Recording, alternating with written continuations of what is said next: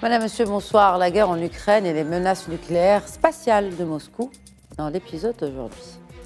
La guerre en Ukraine entame sa 3e année. Il est pourtant difficile, voire impossible, de voir une issue à ce conflit. Comme pour marquer ce triste anniversaire dans un élan d'aplomb, face à Poutine, le président français fait une annonce pour le peu étonnante. L'envoi de troupes occidentales au sol en Ukraine ne doit pas être exclu à l'avenir, pour reprendre les termes de Emmanuel Macron. Et les réactions et les désaveux de son propre camp ont été immédiats. Aucun soldat européen ou relevant de l'OTAN ne sera envoyé, a affirmé le chancelier allemand Olaf Scholz. Pas de troupes sur le front, mais les aides, principalement militaires, atteignent un record. 200 milliards d'euros en 2 ans seulement. Du jamais vu depuis l'avènement de la Deuxième Guerre mondiale. Côté Russie, sur le terrain, eh bien, les troupes russes consolident leurs avancées, notamment dans l'Est. Et sur le terrain économique, le PIB russe, dans le sillage des exportations des hydrocarbures, augmente malgré les sanctions occidentales. Une économie de guerre qui donne des idées, sortie tout droit des films de science-fiction, puisque Moscou songe à l'arme nucléaire dans l'espace. Et l'alerte est à prendre au sérieux, puisqu'elle émane de la première puissance militaire au monde, les États-Unis. De quoi s'agit-il réellement? Quelles sont ces nouvelles manœuvres en orbite pour les Russes? Comment la guerre en Ukraine est-elle en train de redessiner l'Europe et l'OTAN? Pour répondre à ces questions, j'ai le plaisir d'accueillir sur ce plateau ce soir le Senior Fellow Policy Center for the New South, professeur Abdelhak Bassou. Bonsoir. Bonsoir. Bienvenue encore une fois sur ce plateau. Merci. Et à notre expert en questions stratégiques et sécuritaires, colonel Hassan Saoud. Bonsoir, colonel. Bonsoir, Madame Khadija. Bienvenue à vous également. Merci pour l'invitation. 2 ans de guerre déjà dépassés. Que fait le Conseil de sécurité de l'ONU? Colonel Saoud. Comme d'habitude, on condamne, mais ça n'est pas suivi des faits. Écoutez, je dirais plutôt que c'est les coalitions elles-mêmes qui font, en ce qui concerne ce conflit, que les Nations Unies. Condamnation après condamnation, résolution après résolution, et la guerre continue. Elle ne cesse de continuer. Et nous sommes, et on l'a souvent dit sur votre plateau, dans un enlisement qui n'en finit pas. C'est la situation actuelle. 2 ans alors que certains tablaient sur 2 semaines, 2 mois. C'était une opération spéciale. Une opération spéciale est limitée dans le temps, dans les moyens et dans les objectifs. Et l'opération spéciale, l'invasion de l'Ukraine était partie pour ne pas durer. Là, tous les pronostics russes ont été démentis et tout le monde, hormis les Russes, savait que c'était une guerre qui était appelée à durer.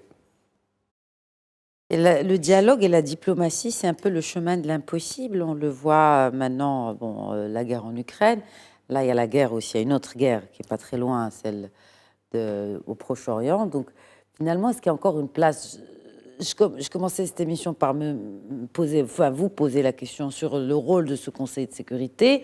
Et finalement, le rôle aussi, est-ce qu'il y a une existence encore, en 2024, professeur Basson, du dialogue, de la diplomatie? Oui. D'abord, pour le Conseil de sécurité, je crois qu'il fait maintenant office de chambre d'enregistrement. Surtout contre les grands et leurs alliés. Il y a cette question du veto. Vous avez la Russie au Conseil de sécurité. Dans la question ukrainienne, il est à la fois juge et partie. On ne peut pas espérer d'un juge qui est lui-même parti de trouver une solution, sinon de confirmer, de consolider sa puissance d'un côté. Maintenant, pour ce qui est de la diplomatie, de la politique,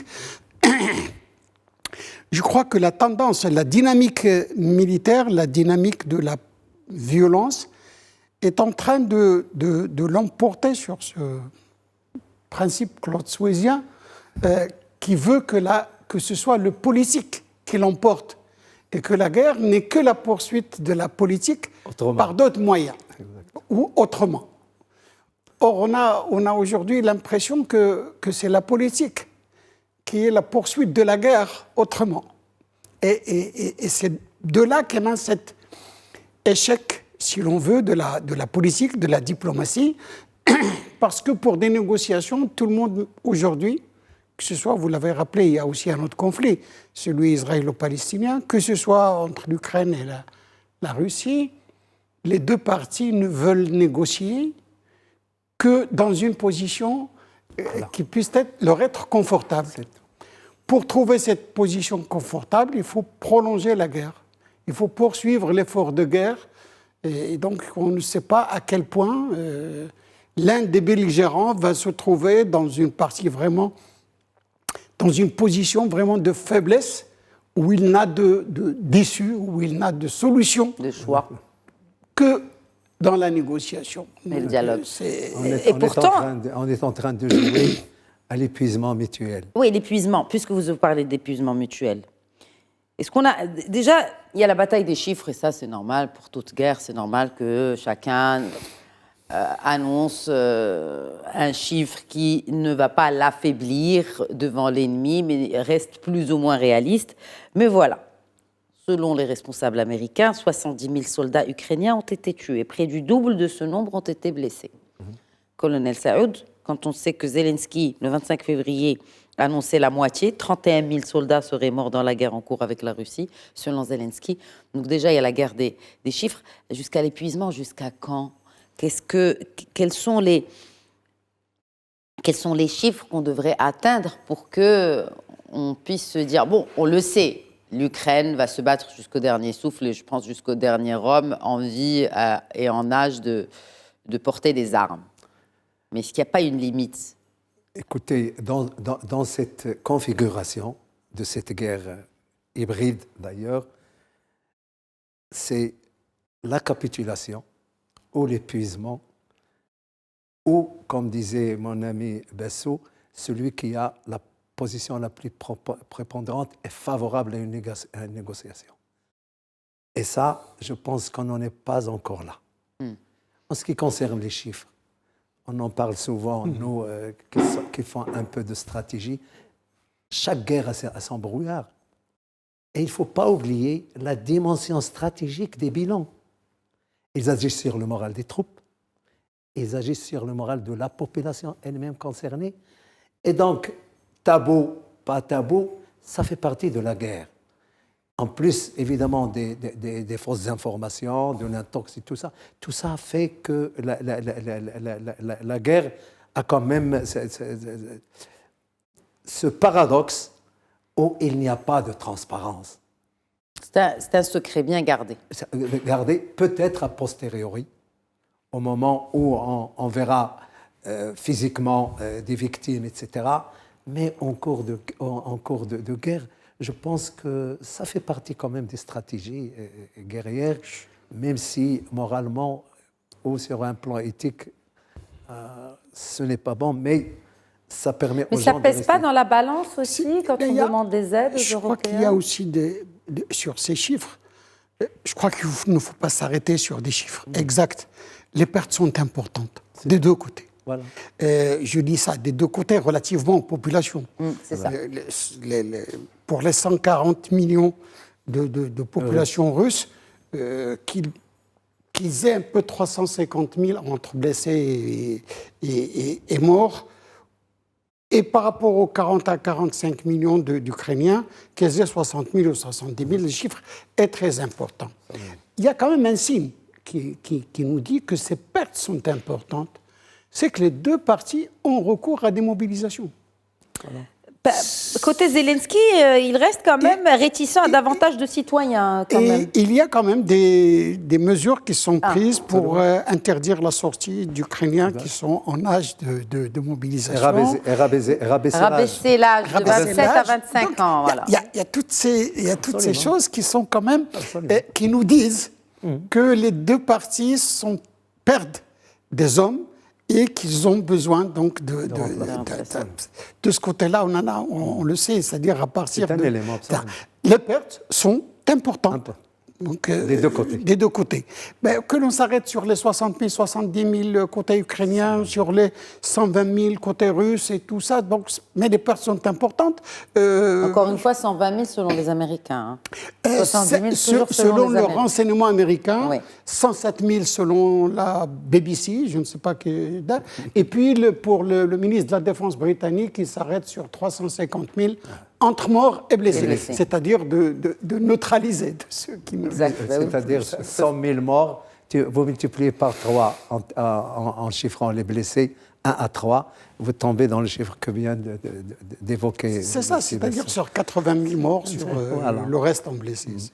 Donc est-ce que, justement, les unités de combat de première ligne manquent d'effectifs aujourd'hui des deux côtés? Certainement. Ou le manque, il est plus palpable du côté ukrainien? Le réservoir s'épuise plutôt du côté ukrainien. Et songez qu'ils ont 6,5 millions de réfugiés à l'étranger, 3 millions et quelques de déplacés internes.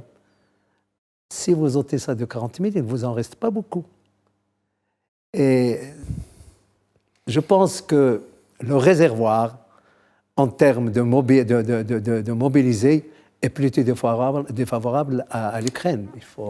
Je crois que c'est un chiffre qu'il faut modérer au vu des stratégies des deux parties. La stratégie russe est une stratégie soldavore. Qui repose beaucoup sur l'humain. Voilà, c'est-à-dire sur ces vagues d'humains qu'on lance sur le front. De la chair à canon. De la chair à canon, c'est-à-dire qu'on épuise l'ennemi à force de lui donner à tuer. Exact. Donc, et en considérant cette stratégie-là, on comprend que les Russes ont besoin de beaucoup plus d'effectifs. L'utilisation des effectifs est beaucoup plus intelligente côté ukrainien, ça d'une part.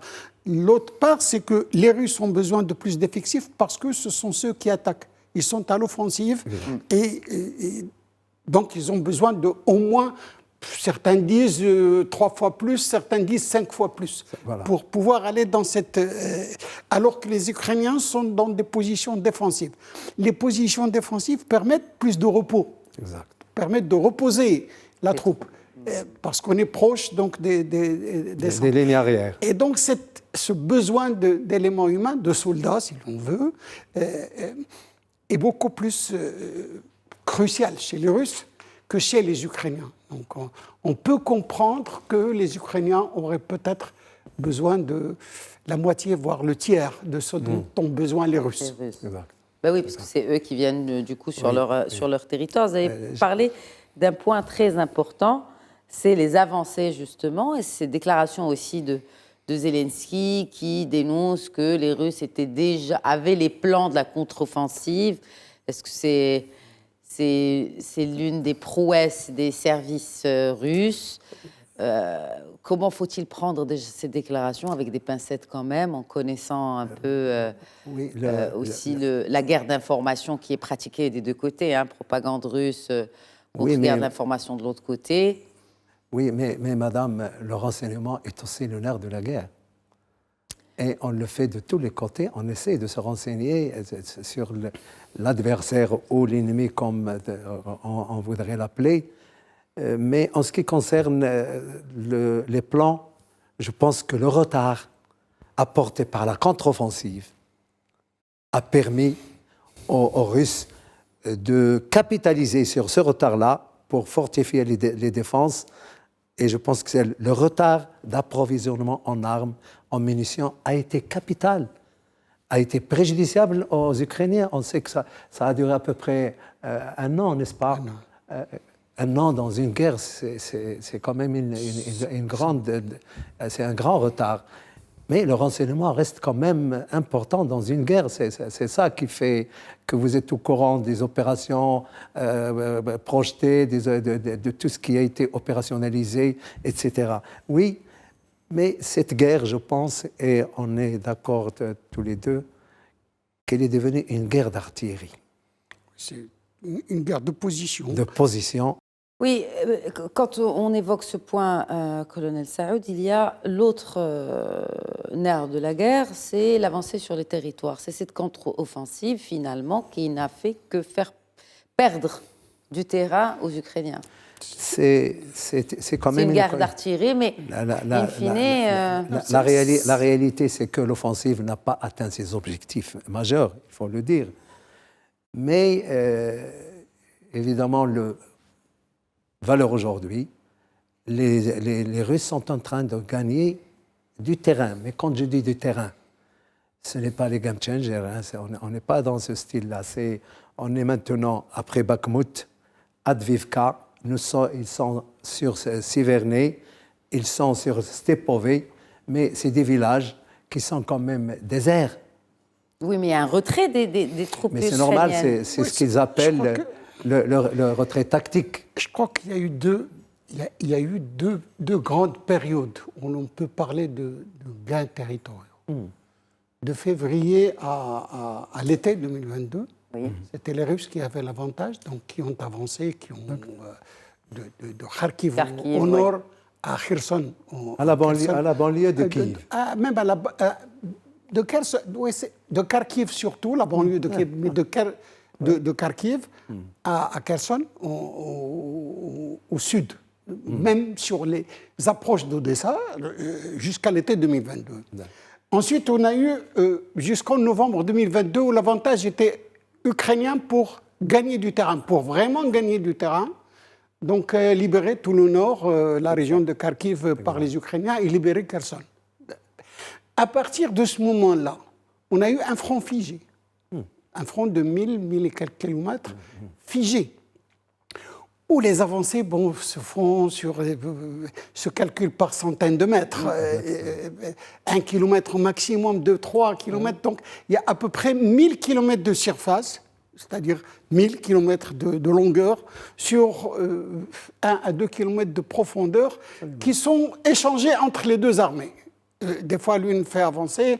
On a vu avec l'offensive ukrainienne, l'avancée sur Robotyne, donc un petit gain que les Russes sont en train d'essayer de reprendre aujourd'hui. Donc, disons, un front figé depuis novembre 2022.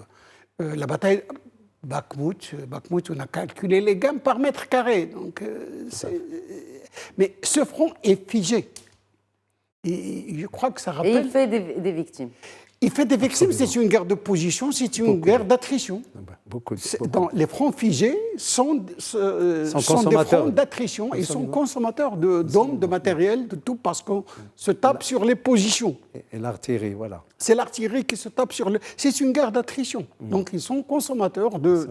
Ça rappelle un peu les années 80 avec la guerre Iran-Ukraine et Iran-Irak sur les 8 ans, de guerre d'attrition.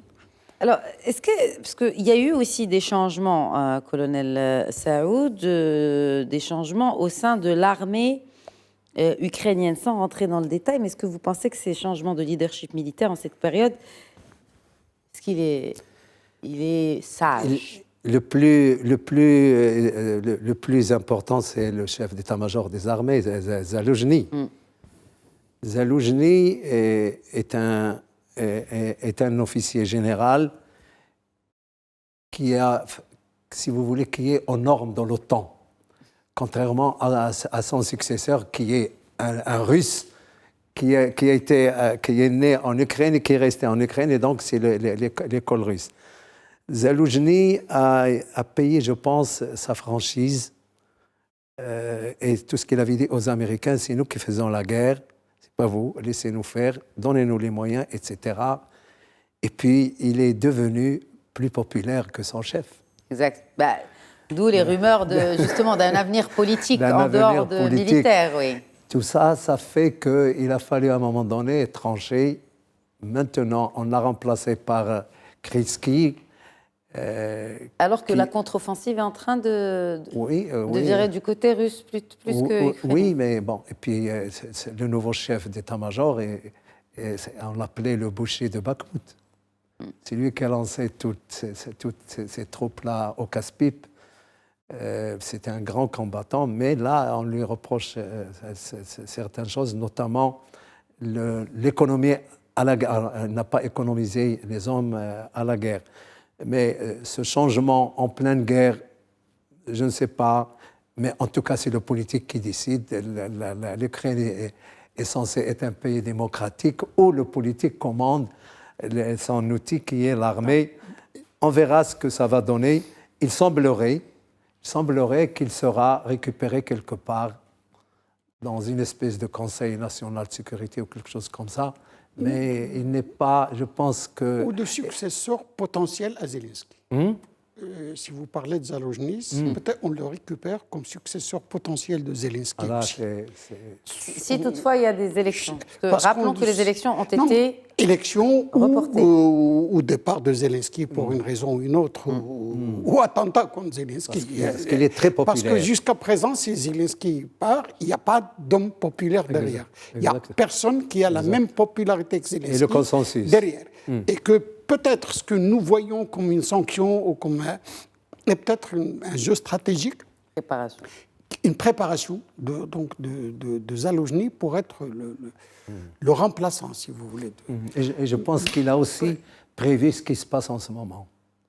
Et cette vision stratégique pessimiste a déplu. C'est un couple avec le chef du renseignement militaire aussi, qui est quelqu'un de fort.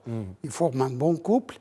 Et je ne crois pas que ce trio puisse se disloquer d'une manière. Je crois qu'il y a quand même une idée derrière. Pour les Russes maintenant et leur offensive, je ne crois même pas que les Russes puissent aller de l'avant dans cette offensive. Parce que si l'Ukraine est vraiment en danger, si l'indépendance véritablement, aujourd'hui il y a 18 à 20% du territoire ukrainien qui est entre les mains des Russes, si jamais ces proportions vont plus loin, je crois que les Russes craignent quand même d'attirer des réactions de la part de l'Occident. Que ce soit des États-Unis, que ce soit de l'Europe, des réactions un peu plus... et je ne crois pas qu'ils puissent aller... Déjà maintenant, avec l'avancée, il y a tout un package de sanctions additionnelles qu'on est en train d'imaginer déjà sur la Russie. Les Européens sont en train de se réveiller. Je ne veux pas être méchant, dire de gesticuler. Quoi. Oui, non, alors, l'envoi des troupes occidentales au sol.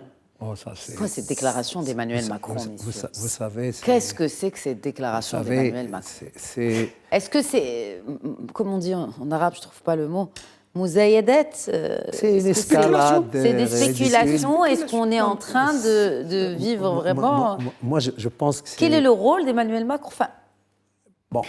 Oui, c'est la France qui reste la seule puissance militaire, nucléaire. Mais bon, vous voyez, je pense que le président français, ça fait un bon bout de temps qu'il est dans les contradictions et puis dans la précipitation.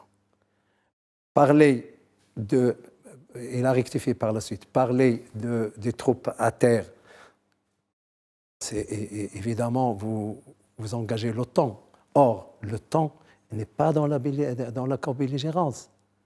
D'ailleurs, il a été démenti par le numéro 1 de l'OTAN, par beaucoup de pays, 5 ou 6 pays africains, européens, dont l'Allemagne. Les troupes à terre, je ne sais pas, on peut mettre des gens dans le déminage. On peut les mettre comme des conseillers, des formateurs. On aide, mais indirectement. Oui, on ne va pas donner des hommes qui vont être au front. Vous n'êtes pas dans le terrain de guerre à proprement parler sur le front. Je pense que c'est un écart de langage qui ne correspond pas à la situation. L'Europe est en train d'essayer de réunir des efforts pour aider l'Ukraine parce qu'il y a la possibilité que Trump revienne. Et c'est ça l'idée, évidemment, des Européens. Ils se disent, mais si jamais le Trump revient, que ça va changer pour l'Ukraine et tout ça, même si, de mon humble avis, la diplomatie américaine ne change pas aussi fortement que... Parler de troupes au sol, est-ce que les Ukrainiens sont demandeurs de troupes au sol? Les Ukrainiens ne demandent pas de troupes au sol, ils disent donnez-nous de l'argent, des munitions, de l'armement, c'est tout ce qu'ils demandent. Maintenant, pour le temps, la France peut envoyer des troupes au sol en tant que France, pas en tant qu'OTAN. Qu'OTAN, C'est-à-dire, les pays de l'OTAN peuvent décider d'eux-mêmes de certaines mesures à prendre en C'est du dehors de bilatéral, l'OTAN. c'est-à-dire en dehors de l'OTAN. du cadre de l'OTAN. Mais du coup, la France, elle est partie prenante de la guerre. Voilà. Donc, ça veut dire que la France, maintenant, est en guerre contre la Russie. Maintenant, si la France veut envoyer des troupes au sol, quand on prend une mesure, stratégiquement, quand on prend une mesure militaire, vous prenez cette mesure militaire, pourquoi ? Est-ce que vous voulez vraiment changer la situation ? À ce moment-là, je crois que l'armée française ne suffirait pas. Toute l'armée française ne suffirait pas. Est-ce que vous allez envoyer un contingent symbolique ? Ça ne sert à rien. Ça ne sert à rien du tout. Je crois que stratégiquement, en pensant stratégiquement, cette question de troupes au sol ne veut presque rien dire. Soit que vous avez besoin d'un grand nombre pour changer la situation, est-ce que les effectifs de l'armée française le supportent ? Soit que vous n'envoyez qu'un contingent symbolique, il servirait à quoi ? Moi, je pense à Sébesso que le président français ne consulte pas l'institution militaire. Moi, j'ai vu des commentaires de certains anciens responsables et qui en ont parlé, qui ont dit c'est une maladresse, c'est de l'ajout verbal qui n'est pas réalisable sur le terrain, comme vient de le dire Sébesso. Vous ne pesez pas sur le cours de la guerre. L'Europe tout entière ne pèsera pas pour le moment. Ce qu'on lui demande, c'est qu'on lui donne des munitions. Jusqu'à quand ? Justement, parce qu'en parlant de munitions, là, est-ce qu'il n'y aura pas des divisions au sein de l'UE ? On a les élections du Parlement européen qui approchent, là, c'est en juillet, il me semble. Oui, c'est en juillet. Alors, les 60 milliards de dollars d'aide militaire qui traînent toujours au Congrès américain, ils ont déjà eu beaucoup de mal à donner de l'argent et des munitions l'année dernière, alors que dire de 2024 ? 2024, ce qu'il a proposé, en réalité, c'est ce qu'il a appelé une coalition capacitaire. C'est-à-dire que sur le plan des munitions, des missiles, des obus, on verra des pays européens qui peuvent participer collectivement à la fabrication des obus et tout ça. C'est peut-être un gain de temps. Et puis, il a mis aussi une 9e coalition qu'il appelle la 9e. C'est une coalition spécifique aux missiles. Dans son esprit, c'est peut-être 3 pays sur un pôle d'excellence de chacun peuvent aller vite en termes de production parce que c'est urgent. L'Ukraine a besoin d'obus, a besoin de missiles, a besoin de cartouches. Évidemment, elle a surtout besoin d'avions. Et les F-16 tardent à venir. Est-ce que cette timidité occidentale ne fait que finalement encourager davantage Vladimir Poutine ? Absolument. Je crois que depuis le début, le péché mignon des Européens, c'est qu'ils n'ont pas de stratégie pour l'Ukraine. Ils n'ont pas tracé de stratégie. C'est de l'improvisation à chaque fois. Donc on pense, on se réunit, on est 27, on est d'accord, on n'est pas d'accord, on improvise. Mais normalement, entre février et l'été 2022, on aurait dû construire une stratégie sur l'avenir. Là, on a même l'impression qu'ils n'ont pas bien analysé le futur de cette guerre. C'est-à-dire qu'ils n'ont pas pensé où est-ce qu'ils pourraient aller. Ils sont dans le flou. Pourquoi, Sébastien ? Parce que l'Europe de la défense n'arrive pas à se construire, malgré les discours. Normalement, ces actions-là ont besoin de stratégie. Si on veut agir à 27, il faut avoir une stratégie à 27. Commune. Maintenant, on parle de la stratégie de l'OTAN, on parle de la stratégie des États-Unis qui sont un peu tout seuls, qui agissent, des 27 qui n'arrivent pas à se mettre donc, quoi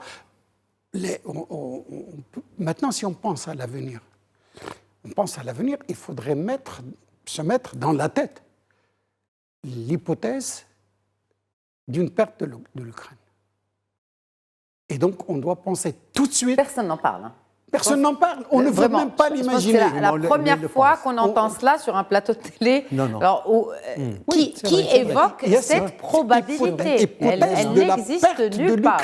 Exact, alors, perte de l'Ukraine, Et donc, il faut penser tout de suite à renforcer le front Est Est. de l'Europe. Exact. Voilà l'idée.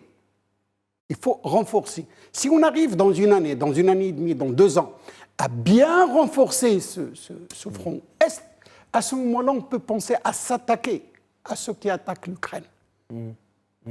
Aujourd'hui, vous avez, je ne sais pas, des Français en Roumanie, des Américains, des Allemands en Pologne, des choses. Donc, vraiment, il y a de l'improvisation. On n'est pas devant une stratégie européenne d'aide à l'Ukraine. On ne pense pas la question d'une manière stratégique. Stratégique, tout à fait. Mais ils sont conscients, mais tout le monde le dit maintenant, la sécurité de l'Ukraine ou la défaite de l'Ukraine, c'est la sécurité de l'Europe qui est directement Oui, mais ils le disent, mais on va dire qu'on ne sent pas dans leur discours que la probabilité qu'effectivement qu'il y ait une perte, pas que de la Crimée, mais de l'Ukraine, elle n'existe nulle part. Ils ont perdu 3 décennies Oui. sur leur question de sécurité. Sécurité, ouais. Ce qui s'est passé après la chute du mur de Berlin en Europe. Ils ont tous été, entre parenthèses, menés en bateau par Fukuyama et son livre « La fin de l'histoire et le dernier round », disant qu'il n'y aurait plus de guerre maintenant, que la guerre froide est terminée, il n'y aurait plus de guerre, il n'y aurait plus rien. Et on assistait en Europe à des baisses drastiques des budgets de défense. Et on a cumulé ces 3 décennies jusqu'en 2020, on a cumulé tout ça. Maintenant, ce n'est pas demain qu'on va reprendre. Oui, ça prend du temps. Il faut du temps. Ben oui. 30 ans de destruction de l'arsenal ou de l'appareil militaire demande 50 humain ans. comme... non, mais je veux dire, humain tout comme munitions et autres. Munitions, stratégie, On n'a plus etc. pensé à ça. C'est-à-dire, par exemple, dans la stratégie française, on est protégé par la dissuasion nucléaire. En parlant de nucléaire, justement, parce qu'il ne nous reste pas assez de temps, et est-ce qu'il y a vraiment des menaces? Là, on a vu ce congressman américain vraiment tirer la sonnette d'alarme. Attention, Moscou est en train de préparer une attaque nucléaire en orbite. Déjà, qu'est-ce que ça veut dire? Bon, mais... Est-ce que ça va dans le sillage de la guerre que mènent les Américains sur les Russes pour vraiment montrer ce méchant ennemi russe que là, il est en train de prendre place dans l'espace? Et qui est ce monsieur? C'est un républicain, président de la commission du renseignement à la Chambre des représentants, et qui a dit qu'il y a cette menace sur l'espace et qu'il faut déclassifier les informations qui sont détenues pour que les Américains sachent parce qu'il y va de la sécurité nationale de notre pays. Déclassifier quelles informations? Cette information selon laquelle la Russie envisagerait d'envoyer du nucléaire dans l'espace, sur orbite. Mais il servira à quoi, ce nucléaire, s'il y a une attaque nucléaire sur orbite? Oui, mais vous allez avoir... je vais vous le dire. On s'est amusé à voir qu'est-ce qui a concerné. Mais c'est d'abord les communications, la technologie, la science, les renseignements. Vous allez avoir, si ça devait arriver, un globe terrestre aveugle, sourd et muet. Nous sommes dans la fiction. Mais comme on discutait, la fiction est à prendre en considération dans une vision stratégique. Et peut-être qu'on n'était pas d'accord, on n'est pas d'accord, mais quand vous avez du nucléaire et que vous le lâchez, soit sur l'orbite basse, soit sur l'orbite moyenne, soit sur le géostationnaire, inévitablement, vous serez l'arroseur arrosé, concernant vos matériels. Voilà, pour les satellites, parce qu'il y a des satellites russes aussi. Je crois qu'il y a 2 choses. D'abord, sur la crédibilité de ce qu'avance cet Américain, ce député américain, sur la crédibilité de l'information elle-même, parce que même en ce qui concerne le renseignement, vous avez du renseignement information opérationnelle et vous avez de l'information ou du renseignement spéculatif. C'est-à-dire que l'on retient par analyse de ceci, de cela. Donc il faudrait déjà, et je crois que Poutine a déjà démenti de toutes ces allégations de travail. Maintenant, vous avez vous-même évoqué cette question de pourquoi, l'utilité. Okay. Ça servirait à quoi? Donc, ils veulent attaquer l'Occident, ils ont de quoi l'attaquer ici même. Exact. Les attaquent l'Occident à partir de l'espace, l'Occident va les représailles seront sur la Russie, ici même sur Terre. Donc, il n'y a pas... si jamais la Russie est en train d'aller sur des choses, ça entre peut-être dans ces démonstrations de puissance, parce que l'espace est un espace de démonstration de puissance. Mais qui est quand même régi par des lois. Il y a un droit international de l'espace. Oui, c'est-à-dire on est passé... Le traité de non-prolifération. Si on dit qu'il faut arsenaliser l'espace, voilà. C'est peut-être pour asseoir une puissance, un pouvoir. Il y a une rivalité. On l'avait dans les années 60, qui ira le premier dans la Lune. Donc, qui peut installer des bombes atomiques dans l'espace. Parce que, bon, effectivement, depuis toujours, il y a eu cette rivalité sur l'espace entre les États-Unis et la Russie. C'est historique. Mais maintenant, il y a de nouveaux acteurs. Il y a la Chine, il y a l'Inde. C'est plus grave. Je veux dire, ils ne sont plus que deux protagonistes. C'est plus grave. C'est cela. C'est plus grave. D'autant plus que, par exemple, quand vous prenez les accords qu'il y a de limitation du nucléaire et tout ça, vous avez ces accords entre les États-Unis et la Russie. Oui. Il n'y en a pas entre la Russie et la Chine, il n'y en a pas entre les États-Unis et la Chine, il n'y en a pas entre l'Inde et le Pakistan, il n'y en a pas entre l'Inde et la Chine, il n'y en a pas entre Israël et la France, il n'y en a pas. Donc, vous avez de nouveaux acteurs qui arrivent et qui ne sont pas partis aux accords qui sont faits de 67. Ça fait que le problème est plus complexe, on est dans plus de complexité. Ajoutez à cela que durant cette guerre Russie-Ukraine, par la voix de Dmitri Medvedev, on a un peu banalisé cette question du nucléaire. Pauvre nucléaire, donc on commence à le traîner dans la boue. C'était quelque chose qui était là, à laquelle personne ne parlait, dont personne ne parlait, on n'osait même pas en parler. C'était une arme de non-emploi, donc de dissuasion. Elle a évolué. Et voilà qu'on commence maintenant à en parler. Donc, Medvedev, à chaque fois qu'il avait... la Russie, sur la question nucléaire, se prononce surtout par la voix de Medvedev. Donc, de cette utilisation, même le premier discours, le 22 février, au petit matin de Poutine, disant que tous ceux qui essaieront d'entraver l'opération spéciale auront à affronter quelque chose qu'ils n'ont jamais affronté, qu'ils n'ont jamais vu. Donc, sans le nommer. L'allusion. Et 2 jours après, il met en alerte ces forces stratégiques. Tout ça, donc, on a banalisé cette question. Oui, mais il y a une vraie banalisation du nucléaire. Il y a 3 périodes nucléaires. Il y a celle de la dissuasion dont tu as parlé, Bessou. Mais il y a une deuxième. C'était le nucléaire assurance vie. Imaginez-vous, l'Ukraine nucléaire, est-ce que la Russie aurait osé? C'est une question qu'il faut se poser. Et c'était dans la stratégie russe de dénucléariser l'Ukraine, la Biélorussie et le Kazakhstan, et d'avoir tout ça. Ça, c'est un humble avis. Si l'Ukraine avait le nucléaire, je suis sûr que la Russie n'irait pas. Et puis nous sommes maintenant dans la banalisation, du moins dans les termes de langage. Mais là, la banalisation, elle va jusqu'à l'espace. C'est-à-dire que maintenant, on parle de de capacité. Bon, cela dit, hein, les Russes ont démenti, n'est-ce pas? Nous avons toujours été catégoriquement opposés au déploiement d'armes nucléaires dans l'espace et nous continuerons de l'être. Oui. Poutine, Ils se disent, justement, avec son ministre de la Défense. voilà, Shoigu, ils se disent, ils tiennent encore à l'accord de 67, de 1967. Ils disent qu'ils encouragent même cet accord, ils veulent même le renforcer. Donc, voilà. Et en parlant d'assurance vie, vous avez des États voyous qui sont au seuil, l'Iran et la Corée du Nord.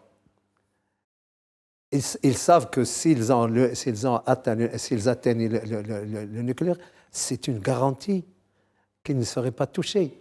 Et c'est ça qui a changé dans le nucléaire depuis la dissuasion jusqu'à la banalisation.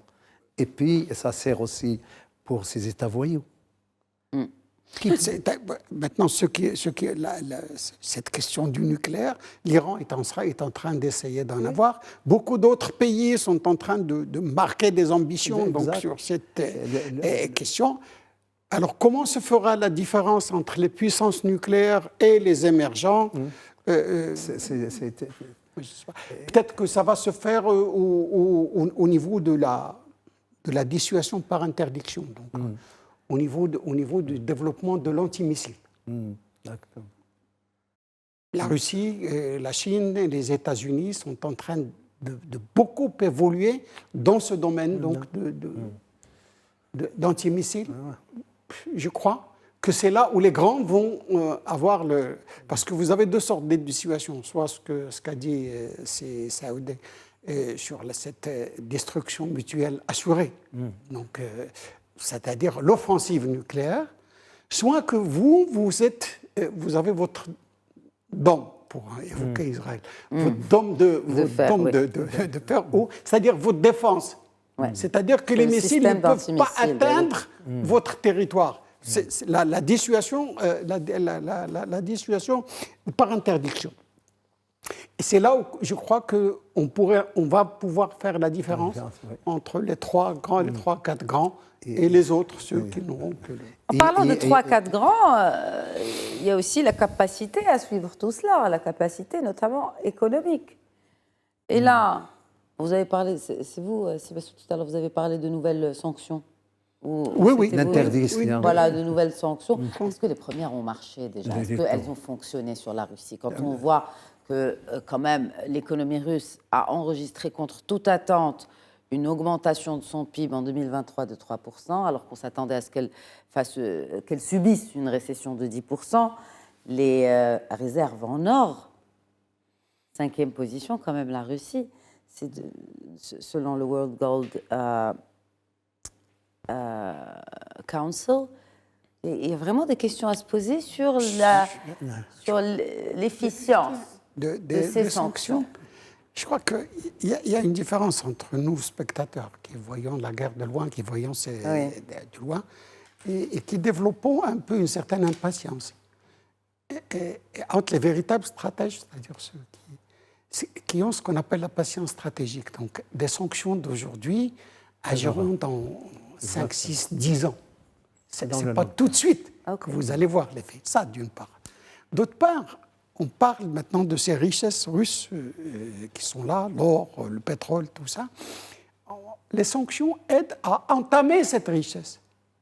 C'est-à-dire que vous commencez à prendre sur vos épargnes. Inévitablement. Sur ce que vous avez. Vos ressources, en fait. Sur vos ressources. Vous commencez à les entamer, à les prendre. Rien n'entre. Vous prenez sur ce que vous avez. L'autre chose, c'est que je crois que la Russie, aujourd'hui, est passée en économie de guerre. Pour expliquer ce que c'est que l'économie de guerre, ça veut dire que l'industrie... L'industrie, c'est-à-dire tout le système industriel productif du pays s'oriente vers la guerre. C'est-à-dire c'est des munitions, c'est des chars, c'est des... C'est une espèce de reconversion des industries normales orientées guerre. C'est-à-dire toutes les industries. J'aimerais ouvrir une parenthèse sur le nucléaire iranien. Hier, le directeur de l'Agence internationale d'énergie atomique a dit que le nucléaire iranien a été multiplié par 27 la limite autorisée. Donc, ils sont au seuil s'ils ne sont pas déjà dans le... Et ça l'accord de 2015 sur le nucléaire iranien, rien du tout, parce qu'il n'y a pas de transparence, il n'y a rien On ne sait du pas. tout. Où ils sont On ne sait arrivés. pas, mais il l'a dit, donc c'est qu'il a des chiffres, et c'est lui quand même qui est chargé de contrôler, mais il a dit ils ont multiplié par 27 Leur capacité. la capacité nucléaire au-delà de la limite autorisée par l'AIEA, hier. Et ça, c'est quand même assez inquiétant. Encore un autre acteur avec une autre puissance nucléaire. Acteur non maîtrisable. C'est quoi le nucléaire normalement, quand vous êtes dans un pays démocratique, le déclenchement du nucléaire, il est régi par des règles et vous ne pouvez pas, en Iran ou en Corée du Nord. Est-ce que nous sommes dans une démocratie? Est-ce que le nucléaire est réglementé comme s'il se fait en Occident ailleurs? C'est ça la clé. Parce que c'était, pendant la guerre froide, c'était l'équilibre de la terreur. Et ça marchait comme ça dans un monde bipolaire. Là, le nucléaire a changé de face et, comme ça vient d'être dit, il est banalisé. Et c'est peut-être le danger. Bon, Dernier mot, professeur Basson. Je ne vais peut-être pas être très d'accord avec le nucléaire iranien, jusqu'à présent, c'est presque folklorique. Ce n'est pas pour demain. La bombe iranienne n'est pas pour demain. Mais l'Iran l'utilise de manière intelligente. Ça lui sert à avoir d'autres avantages, parce que l'Iran, depuis qu'il a été créé, est un pays qui est un peu mis en marge de la société internationale. Et donc, il faut créer quelque chose qui puisse un peu faire peur au monde. Disons, nous sommes en train de développer cela. Oui, ils sont arrivés à des seuils que le monde dit des seuils critiques d'enrichissement d'uranium et qui sont très proches, si vous voulez, du taux qui permet d'être dans les... Mais ce n'est pas facile entre arriver à ce seuil et avoir l'arsenal nucléaire. La Corée du Nord est encore en train de balbutier. Donc, il possède 9 ou 10 têtes, mais il est encore en train de balbutier sur les vecteurs, sur les lanceurs, sur les véhicules, sur la... C'est pas aussi facile que ça.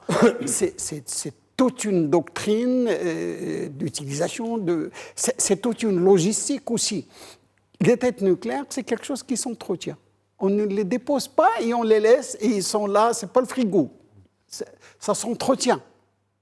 Sinon, le jour où vous revenez, vous trouvez qu'ils sont refroidis, c'est terminé. Donc, il y a tout un travail à faire sur cette question de l'Iran. Oui, c'est banalisé, on commence à dire, vous avez même le ministre israélien qui a dit qu'il faut lancer une bombe sur Gaza. L'Iran qui dit que je suis déjà dans des taux qui vont me permettre. La Corée du Nord qui dit qu'il peut attaquer les États-Unis. Non, on a banalisé un peu cette question de nucléaire.